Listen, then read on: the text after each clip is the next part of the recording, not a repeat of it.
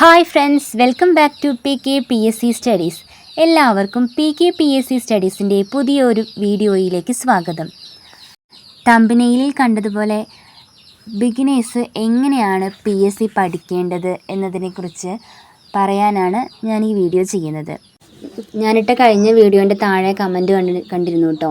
ബിഗിനറാണോ ഒന്നും അറിയില്ല എന്നൊക്കെ പറഞ്ഞിട്ട് ഏത് റാങ്ക് ഫെല്ല യൂസ് ചെയ്യണമെന്നൊക്കെ പറഞ്ഞിട്ട് കമൻറ്റ് കണ്ടിരുന്നു. അതാണ് ഞാൻ ഇങ്ങനെ ഒരു വീഡിയോ ചെയ്യാമെന്ന് വിചാരിച്ചത്. എല്ലാവർക്കും ഈ തുടക്കക്കാർക്ക് എല്ലാവർക്കും ഉള്ളൊരു ഡൗട്ടാണല്ലോ, ഞാൻ എങ്ങനെയാണ് പഠിക്കേണ്ടത്, എവിടെ തുടങ്ങണം, റാങ്ക് ഫയൽ വേണോ, SCRT വേണോ, എന്താണ് ഞാൻ ആദ്യം ചെയ്യേണ്ടത് എന്നെല്ലാവർക്കും കൺഫ്യൂഷനായിരിക്കും. അപ്പോൾ ആദ്യമൊക്കെ എനിക്കുണ്ടായിരുന്നു, ഞാനും എന്താ പഠിക്കേണ്ടത്, എങ്ങനെ പഠിക്കേണ്ടത് എന്നൊക്കെ. അപ്പോൾ PSC പഠനം സ്റ്റാർട്ട് ചെയ്യുന്ന ഒരാൾ ആദ്യം ചെയ്യേണ്ടത്, നമ്മൾ ഏത് എക്സാമിനാണോ പ്രിപ്പയർ ചെയ്യുന്നത് ആ എക്സാമിൻ്റെ ഒരു വ്യക്തമായ സിലബസ് PSC പ്രസിദ്ധീകരിച്ചിട്ടുണ്ടാകും. അപ്പോൾ ആ സിലബസ് നമ്മൾ പ്രിൻ്റ് എടുക്കുക. അതിനുശേഷം ആ സിലബസ് നന്നായി മനസ്സിലാക്കുക. ഓരോ ടോപ്പിക്കിനും എത്ര മാർക്കാണ് കൊടുത്തിട്ടുള്ളത്, ഏതിനാണ് കൂടുതൽ മാർക്ക് കൊടുത്തിട്ടുള്ളത് എന്നൊക്കെ മനസ്സിലാക്കുക. എന്നിട്ട് അതനുസരിച്ച് ഒരു ടൈം ടേബിൾ സെറ്റ് ചെയ്യുക. പിന്നെ നമുക്ക് വേണ്ടത് പഠിക്കാനുള്ള ബുക്കുകളാണ്. നല്ലൊരു റാങ്ക് ഫയൽ മേടിക്കുക. പിന്നെ SCRT ചാപ്റ്റേഴ്സ് അടങ്ങിയ ഒരു ബുക്ക് മേടിക്കുക. പിന്നെ ഒരു പ്രീവിയസ് ക്വസ്റ്റ്യൻ പേപ്പർ അടങ്ങിയ ഒരു ബുക്ക് മേടിക്കുക. ഇനിയിപ്പോൾ ഇതെല്ലാം കൂടി മേടിക്കാൻ ഉള്ള സാഹചര്യം ഇല്ലെങ്കിൽ ആദ്യം ചെയ്യേണ്ടത് SCRT ചാപ്റ്റേഴ്സ് അടങ്ങിയ ഒരു ബുക്ക് മേടിക്കുക. പിന്നെ അതിലില്ലാത്ത ടോപ്പിക്കൊക്കെ നമുക്ക് യൂട്യൂബിൽ ഫ്രീ ആയിട്ട് നമുക്ക് കിട്ടുന്നുണ്ട്. അപ്പോൾ അത് സെർച്ച് ചെയ്തിട്ട് അതിൻ്റെ കുഞ്ഞു കുഞ്ഞു ഷോർട്ട് നോട്ട്സ് ഉണ്ടാക്കിയിട്ട് പഠിക്കുക. പ്രീവിയസ് ഇയർ ക്വസ്റ്റ്യൻ പേപ്പറിന് വേണ്ടിയിട്ട് PSCയുടെ സൈറ്റിൽ നിന്ന് തന്നെ നമുക്ക് ഡൗൺലോഡ് ചെയ്തെടുക്കാൻ കിട്ടും. അപ്പോൾ അങ്ങനെ പഠിക്കുക. പിന്നെ ഇംഗ്ലീഷ്, മലയാളം, മാത്സ് അത് നമ്മൾ ദിവസവും ഒരു അരമണിക്കൂറെങ്കിലും അതിന് കൊടുക്കേണ്ടതാണ്. അതിൽ ഏറ്റവും കൂടുതൽ മാർക്ക് കിട്ടാൻ പറ്റുന്ന ഒരു 3 ടോപ്പിക്കാണ് ഇംഗ്ലീഷും മലയാളം മാത്സും. മാത്സൊക്കെ നമ്മൾ ചെയ്ത് തന്നെ പഠിക്കണം. അത് യൂട്യൂബ് ക്ലാസ് കണ്ട് പഠിക്കുന്നത് നല്ലത്. കാരണം പെട്ടെന്ന് ഉത്തരം കണ്ടുപിടിക്കാനുള്ള ട്രിക്സൊക്കെ നമുക്ക് യൂട്യൂബ് ക്ലാസ്സിൽ നിന്ന് അവർ പറഞ്ഞു തരും. അങ്ങനെ പഠിക്കുകയാണെങ്കിൽ നമുക്ക് മാത്സിനോട് ഒരു ഇഷ്ടം തോന്നും. കാരണം പെട്ടെന്ന് നമുക്ക് ഉത്തരം കിട്ടുമല്ലോ. അല്ലെങ്കിൽ ഫോർമുലാസൊക്കെ വെച്ചിട്ട് പഠിക്കുമ്പോൾ കുറേ നേരം എടുക്കും മാത്സ് ഒരു ഉത്തരം കിട്ടാനൊക്കെ വേണ്ടിയിട്ട്. ആദ്യമൊക്കെ ഞാനൊക്കെ പഠിക്കുമ്പോൾ ഞാൻ ഈ ഫോർമുല വെച്ചിട്ടാണ് പഠിച്ചിട്ടുണ്ടായിരുന്നത്. അപ്പോൾ എനിക്ക് കുറേ സമയം എടുക്കുമായിരുന്നു ഓരോ ക്വസ്റ്റ്യൻ ചെയ്യാൻ. പക്ഷേ യൂട്യൂബ് ക്ലാസ്സൊക്കെ കണ്ട് അവർ ചെയ്യുന്ന ട്രിക്സൊക്കെ പഠിച്ചപ്പോൾ മാത്സിലെ ക്വസ്റ്റ്യൻസ് ചെയ്യാൻ ഇപ്പോൾ അധികം സമയമൊന്നും വേണ്ട. കുറച്ച് സമയം കൊണ്ട് തന്നെ ആൻസറൊക്കെ കിട്ടാൻ തുടങ്ങി. പിന്നെ നമ്മൾ ഡെയിലി പഠിക്കേണ്ട ഒരു ടോപ്പിക്കാണ് കറണ്ട് അഫെയർസ്. ഡെയിലി കറണ്ട് അഫെയർസിൻ്റെ ക്ലാസ്സുകളുള്ള യൂട്യൂബ് ചാനലൊക്കെ ഇപ്പോൾ ഉണ്ട്. അപ്പോൾ അത് നോക്കിയിട്ട് കറണ്ട് അഫെയർസ് ഡെയിലി എഴുതിയെടുക്കുക. ഇതിനിടയിൽ ഒരു കാര്യം ഞാൻ ഓർമ്മിപ്പിക്കട്ടെ, നിങ്ങളിൽ പലരും സബ്സ്ക്രൈബ് ചെയ്യാതെയാണ് വീഡിയോ കാണുന്നത്. അപ്പോൾ നിങ്ങളുടെ ഓരോ സബ്സ്ക്രിപ്ഷനും എനിക്കുള്ള വലിയൊരു പ്രചോദനമാണ്.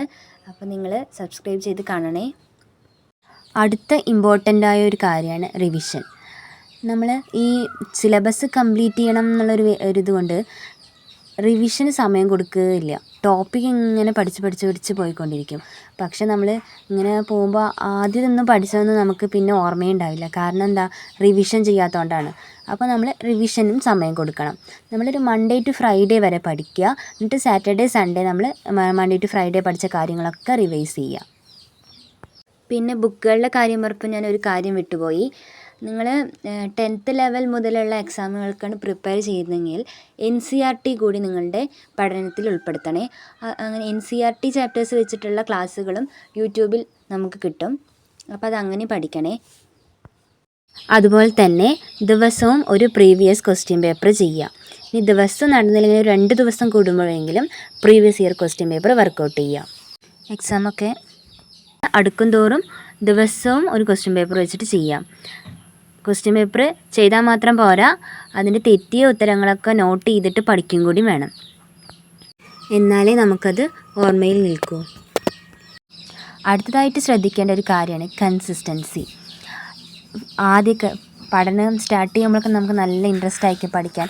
ആദ്യത്തെ ദിവസം, രണ്ടാമത്തെ ദിവസം, മൂന്നാമത്തെ ദിവസമൊക്കെ നമ്മൾ ടൈം ടേബിളൊക്കെ സെറ്റ് ചെയ്തിട്ട് നന്നായിട്ട് പഠിച്ചു തുടങ്ങും. പക്ഷേ ഒരു 2-3 ദിവസമൊക്കെ കഴിയുമ്പോൾ നമുക്കൊരു മടി വരാൻ തുടങ്ങും. സെൽഫ് സ്റ്റഡി ചെയ്യുന്നവർക്കാണ് അത് കൂടുതലായിട്ട് കണ്ടുവരുന്നത്. കാരണം നമ്മളൊരു കോച്ചിങ് ക്ലാസ്സിനൊക്കെ പോവുകയാണെന്ന് വെച്ചാൽ നമ്മൾ എന്തായാലും പഠിച്ചിട്ട് പോകണം. ഇല്ലെങ്കിൽ നമുക്ക് നന്നായി ചീത്ത വെക്കും, നല്ല അടിയൊക്കെ ചിലപ്പോൾ കിട്ടുമായിരിക്കും. പക്ഷേ നമ്മൾ സെൽഫ് സ്റ്റഡി ചെയ്യുമ്പോൾ ആരും നമ്മളത് ശ്രദ്ധിക്കുന്നില്ല. നമുക്ക് വേണമെങ്കിൽ നമ്മൾ പഠിക്കുക എന്നുള്ളൊരിതാണ്. അപ്പോൾ അതുകൊണ്ട് തന്നെ നമ്മളൊന്നും ഉഴപ്പാനൊക്കെയുള്ള സാധ്യതയുണ്ട്. അപ്പോൾ ഒരിക്കലും അത് ചെയ്യരുത്. നമുക്കൊരു ജോലി അത്ര അത്യാവശ്യമാണ്. അതുകൊണ്ടാണല്ലോ നമ്മൾ ഈ പഠനത്തിന് വേണ്ടി പഠനം തുടങ്ങിയത്. അതുകൊണ്ട് നമ്മൾ നന്നായി മനസ്സിൽ നമ്മൾ ഉറപ്പിക്കുക, നമ്മളൊരു ജോലി കിട്ടുന്നത് വരെ നന്നായിട്ട് തന്നെ പഠിക്കും, നല്ല കൺസിസ്റ്റൻസിയോടെ പഠിക്കും എന്ന് നമ്മൾ മനസ്സിലുറപ്പിക്കുക. നമുക്ക് എന്ത് പ്രതിസന്ധി വന്നാലും നമ്മൾ പഠനം കൈവിട്ട് കളയരുത്. നമ്മൾ പഠിത്തത്തിൽ നല്ല ഇമ്പോർട്ടൻസ് കൊടുക്കുക.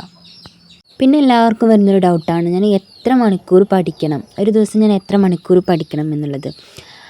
തുടക്കക്കാരെ സംബന്ധിച്ചിടത്തോളം ആദ്യം തന്നെ കുറേ സമയം ഇരുന്ന് പഠിക്കുക എന്ന് പറഞ്ഞാൽ കുറച്ച് ബുദ്ധിമുട്ടാണ്. അപ്പോൾ ആദ്യമൊക്കെ ഒരു 2-3 മണിക്കൂറൊക്കെ അങ്ങനെ പഠിച്ച് തുടങ്ങുക.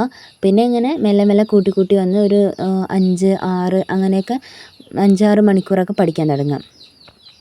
മിനിമം ഒരു 5 മണിക്കൂറെങ്കിലും പഠിക്കുക ഒരു ദിവസം. പിന്നെ അതിലും കൂട്ടിക്കൊണ്ടുവരാൻ പറ്റുമെന്ന് വെച്ചാൽ കൂട്ടി കൊണ്ടുവന്നാൽ പഠിക്കാം. പക്ഷെ പഠിക്കുന്നത് എഫക്റ്റീവായിട്ട് പഠിക്കണം. വെറുതെ അവിടെയും ഇവിടെയും പഠിച്ച് അങ്ങനെ ഇങ്ങനെയും പഠിച്ചിട്ട് കാര്യമില്ല. നല്ല സിലബസ് ബേസായിട്ട് കൂടുതൽ മാർക്ക് കിട്ടാൻ സാധ്യതയുള്ള മേഖലയൊക്കെ നന്നായി പഠിക്കുക. കൂടുതൽ മാർക്കുള്ള ടോപ്പിക്കൊക്കെ എടുത്തിട്ട് ആ ടോപ്പിക്കിൽ തന്നെ നല്ല ഇമ്പോർട്ടൻറ്റ് ക്വസ്റ്റ്യൻസ്, അതായത് പ്രീവിയസ് ഇയർ ക്വസ്റ്റ്യൻസ് നമ്മൾ വർക്കൗട്ട് ചെയ്യുമ്പോൾ തന്നെ നമുക്ക് മനസ്സിലാവും ഏത് ഭാഗമാണ് ഏറ്റവും കൂടുതൽ ആവർത്തിക്കുന്നത് എന്നത്. അപ്പോൾ ആ ഭാഗമൊക്കെ നന്നായി പഠിക്കുക. പ്രീവിയസ് ഇയർ ക്വസ്റ്റ്യൻ പേപ്പർ പഠിക്കുമ്പോൾ ആദ്യം ഈ 2025 ഇപ്പം നടന്ന എക്സാമുകളിൽ നിന്ന് തുടങ്ങുക. എന്നിട്ട് ഇങ്ങനെ ബാക്കിക്ക് പോവുക. അപ്പോഴാണ് നമുക്ക് ട്രെൻഡ് മനസ്സിലാവാൻ പറ്റുള്ളൂ, ഏത് ടോപ്പിക്കാണ് ഇപ്പോഴൊക്കെ കൂടുതൽ ആവർത്തിക്കുന്നത്. അതായത് PSC എല്ലാ കാലവും ഒരേ ടോപ്പിക്കുകളെല്ലാം ആവർത്തിച്ച് ചോദിക്കുക. അപ്പോൾ ഇപ്പം നമ്മൾ PSCയിലെ എക്സാമൊക്കെ എടുത്ത് നോക്കുക. എന്നിട്ട് അതിലൊക്കെ ഏതൊക്കെ ഭാഗങ്ങളാണ് ആവർത്തിക്കുന്നതെന്ന് നോക്കുക. എന്നിട്ട് ആ ഭാഗത്തിന് ഇമ്പോർട്ടൻസ് കൊടുത്ത് പഠിക്കുക. അതുപോലെ തന്നെ ക്വസ്റ്റ്യൻ പേപ്പർ വർക്കൗട്ട് ചെയ്യുമ്പോൾ 1.5 മണിക്കൂർ വെച്ചിട്ട് വർക്കൗട്ട് ചെയ്യുക. PSC exam 1.5 മണിക്കൂറാണല്ലോ. അപ്പോൾ അതുപോലെ 1.5 മണിക്കൂർ സമയം കൊടുത്തിട്ട് ഒരു ക്വസ്റ്റ്യൻ പേപ്പർ വർക്കൗട്ട് ചെയ്ത് പഠിക്കുക. അതുവഴി നമുക്ക് ടൈം മാനേജ്മെൻറ്റ് ചെയ്യാൻ പറ്റും. അതായത് PSC ഹാളിൽ നമുക്ക് സമയം കൃത്യമായിട്ട് വിനിയോഗിക്കാൻ പറ്റും. ഇല്ലെങ്കിൽ നമ്മുടെ സമയം നമുക്ക് തികയേയില്ല. പിന്നെ ബിഗിനേഴ്സിന് വരുന്ന ഒരു ഡൗട്ട് എന്ന് വെച്ചാൽ എന്താ, എത്ര പഠിക്കേണ്ടി വരും, നമ്മൾ എത്ര കാലം PSC പഠിക്കണം, ഒരു ജോലി കിട്ടാൻ വേണ്ടിയിട്ട് എത്ര കാലം പഠിക്കണം എന്നൊക്കെ. അത് എല്ലാവരും പറയും ഒരുപാട് വർഷം PSC പഠിച്ചാലാണ് PSC വഴിയൊക്കെ ഒരു ജോലി കിട്ടുള്ളൂ എന്നൊക്കെ. പക്ഷേ അതൊരു തെറ്റിദ്ധാരണയാണ്. നമ്മൾ അത്രയും കൺസിസ്റ്റൻസിയോടെ അത്രയും ഡെഡിക്കേഷനോടെ പഠിച്ച് നമുക്ക് പെട്ടെന്ന് തന്നെ ജോലി കിട്ടും.